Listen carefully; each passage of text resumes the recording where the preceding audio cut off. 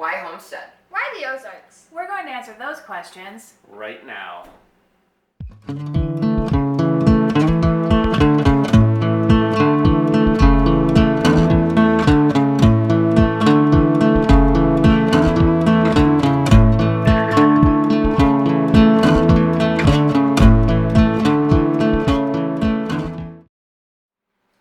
Hi, this is Michael. Todd. Jessica. And Stefan from Sniping, Rhino Ranch. In today's video, we're going to cover three things. Who we are, why we homestead, and how we ended up in the Ozarks. If you're not a subscriber, make sure and hit the subscribe button so you don't miss any of our homestead related videos. The reason we chose to do this video is because most people we know have asked us the question, why did you choose to do this? And even our closest neighbors have asked us why we chose this place. So we're going to look at those things. But before we do those, let's get a little bit of information about each one of us. As I said earlier, I'm Todd. I am retired from the Army. I spent just under 21 years in the military, 10 of which were in special operations. Also during that time period, I volunteered on a volunteer fire department for 8 years as an assistant fire chief. My time in the military came to an end. On my 9th deployment, I ended up getting shot, which really wasn't that big of a deal. Unfortunately, a few minutes later, my helicopter crashed, which was a big deal. I ended up with a broken back, fractured pelvis, and that ended up ending my military career. So that's a little bit about me. I'm Jessica. I have a teaching degree in English secondary education and a master's in reading strategy. I was teaching, and then once Stefan came along, we decided that I would stay at home with the boys and quit my teaching career. And shortly after that, that same year, we pulled Michael out of school to try homeschooling, and it has worked for our family, so that is what I do with my time, is homeschool Michael and Stefan. I'm Michael. I'm 13, and when I was 3, I was diagnosed with autism. I'm high functioning, which I believe God has helped me with. I homestead because they tell me to. I'm Stefan. I'm 11, and I like animals. Some because they're good to eat, which is good, because homesteading has animals. But I don't like bees. We're getting bees soon. Now that we've told you a little bit about ourselves, me and Jessica are going to tell you why we chose the homesteading lifestyle. So why do we homestead? This takes us back to the beginning of our relationship, I guess. The galaxy far, far away.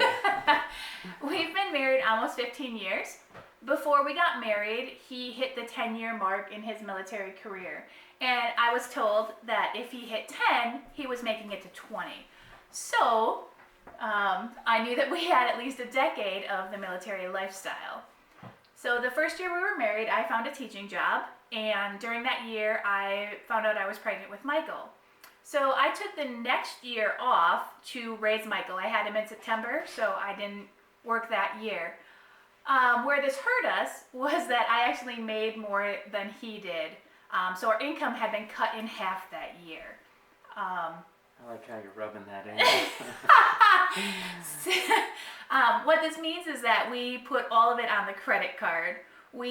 He was our first kid. We didn't know that we could buy off-brand or used or take hand-me-downs. So we bought new everything because we had nothing, and we didn't really have the money for it, so it all went on the credit card. So we were living paycheck to paycheck, putting stuff on the credit card. We had house payments, car payments, student loans. So we were living paycheck to paycheck. The following year, that led to me going back into the workplace. And ironically, the day I interviewed was the day I found out I was pregnant with Stefan. So I went back to work. We put Michael in daycare, and the both of us were working. Through that year, we decided that we probably needed to get control of our spending and our debt. So we took a Dave Ramsey class, and he teaches financial principles and how to get out of debt and how to build wealth. So we applied his principles and paid off all of our debt. And I highly recommend that if you're in debt, you look at the Dave Ramsey program. It is top notch. Right, it definitely changed our lives and our spending. So I had Stefan in May, which means I didn't even end the school year. I took off early May and had another baby.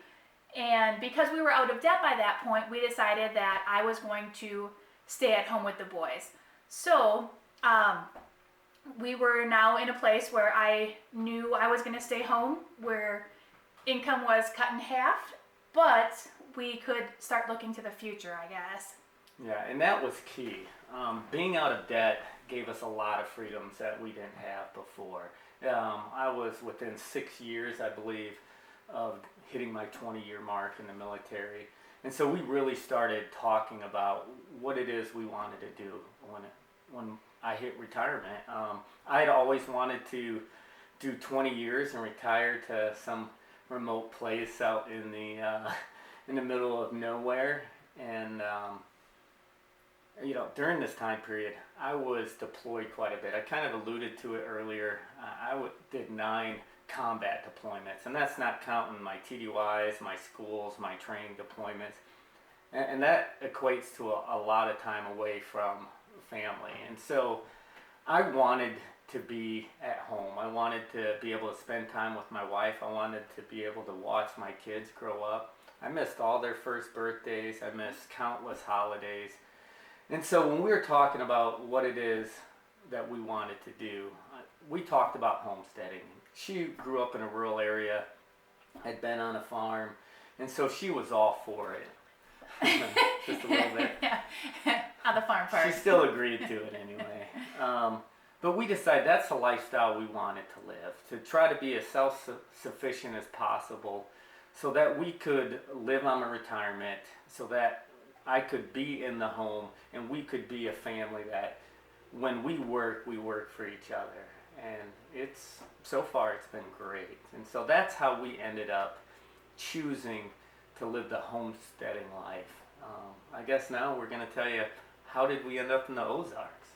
Yikes. So how did we end up in the Ozarks?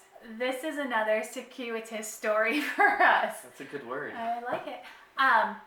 I was born and raised in small town Wisconsin, and his family is not too far from there now.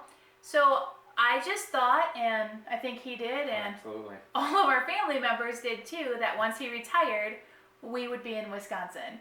So we never even really looked anywhere else, just because Wisconsin was it. And in fact, in 2012, we decided to put our house on the market, just for sale by owner and see what happens. But we had a lot of stuff. So we moved a bunch of it up to a storage unit in Wisconsin so that our families could keep an eye on it and so that it wouldn't have to be moved as far when we moved there after he retired. And ironically, it is from that trip that things started to change. From Wisconsin, we took a trip to Seattle where he had to work, but we took a week off and we went slowly and camped along the way. And along the way, we went to Montana, and for the first time ever, we both saw a place that we fell in love with. We loved the openness, the land, the mountains. But there were 2 problems that came with that.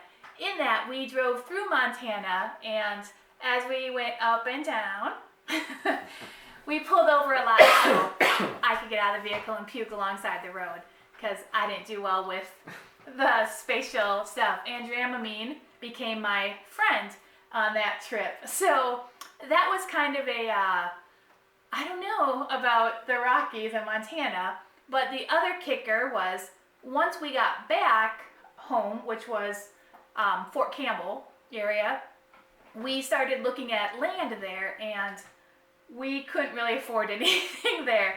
I don't think we found many houses that were the land requirement we had set with a finished house on it. So we just kind of got kicked around there a bunch. But it did broaden our horizons to start looking at anywhere other than Wisconsin. And as we were looking, he found a house that I fell in love with, and we talked about it. The problem was we didn't have our house sold yet, so we didn't have a lot of disposable income. So for us to have put an offer in, we just didn't know how that would work.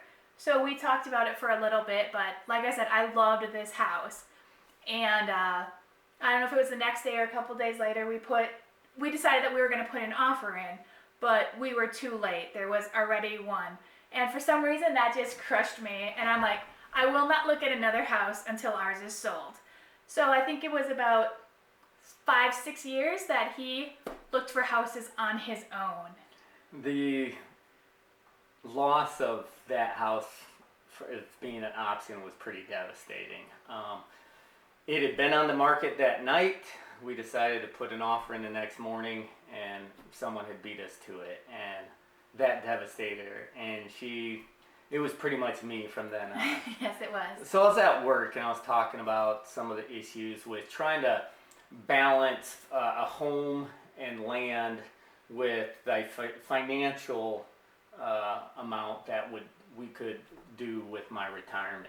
And someone asked me, why don't you look at the Ozarks? And The what? exactly. I'm ashamed to say it, and it's embarrassing, but I was like, are you talking about in Florida? Isn't that the Everglades? He goes, no, the Ozark Mountains. I'm like, I don't even know what you're talking about.